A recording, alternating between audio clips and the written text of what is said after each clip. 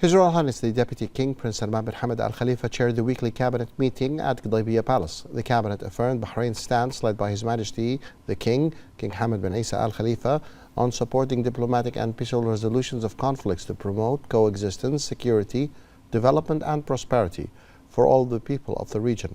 The cabinet also affirmed the kingdom's commitment to supporting alliances that enhances stability and serves development goals, reiterated by His Majesty the King during his address at the GCC and the Association of Southeast Asian Nations ASEAN Summit held by the Kingdom of Saudi Arabia, the Cairo Peace Summit held by Egypt, and during His Majesty the King's meetings with His Majesty King Charles III of the United Kingdom of Great Britain and Northern Ireland and head of the Commonwealth, senior members of the UK government, His Holiness Pope Francis, Pope of the Catholic Church, the President of Italy, Sergio Mattarella, and the Prime Minister of Italy, Giorgia Meloni. The cabinet reiterated its stance in supporting Palestinians' right to an independent state with East Jerusalem as its capital. The cabinet commended His Majesty the King's directives to provide urgent humanitarian relief aid to the Palestinian people. The cabinet further expressed their gratitude to His Majesty the King's representative for humanitarian work and youth affairs, His Highness Sheikh Nasser bin Hamad Al Khalifa, for sponsoring the national campaign Day of Solidarity with Our People in Gaza, We Are With You, and to the Royal Humanitarian Foundation for organizing the campaign. The cabinet also commended the efforts of the Bahraini citizens for their swift response to the campaign. To mark the United Nations Day, the cabinet highlighted the importance of the United Nations principles and values.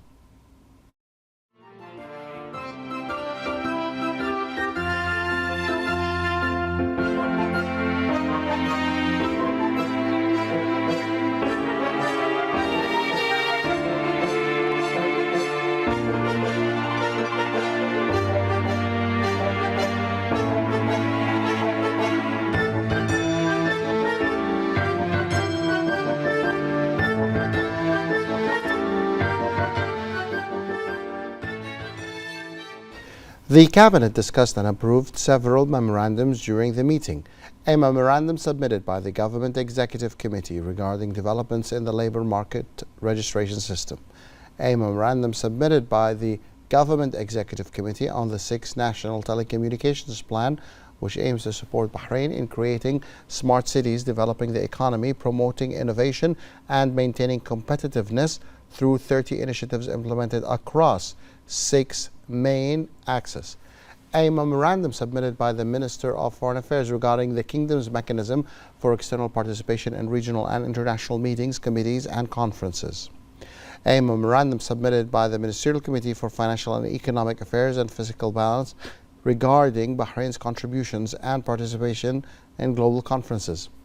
A memorandum submitted by the Ministerial Committee for Legal and Legislative Affairs on a draft decision amending Article 2 of the decision regarding the establishment of the National Human Rights Committee.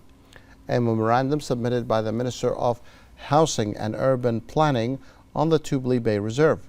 The Cabinet then reviewed a memorandum submitted by the Ministerial Committee for Community Services on the Kingdom's labour market indicators through to the end of the third quarter of 2023. The Cabinet extended its gratitude and appreciation to all private sector companies and institutions that contributed to the employment of Bahrainis during the year 2023. In addition, the Cabinet reviewed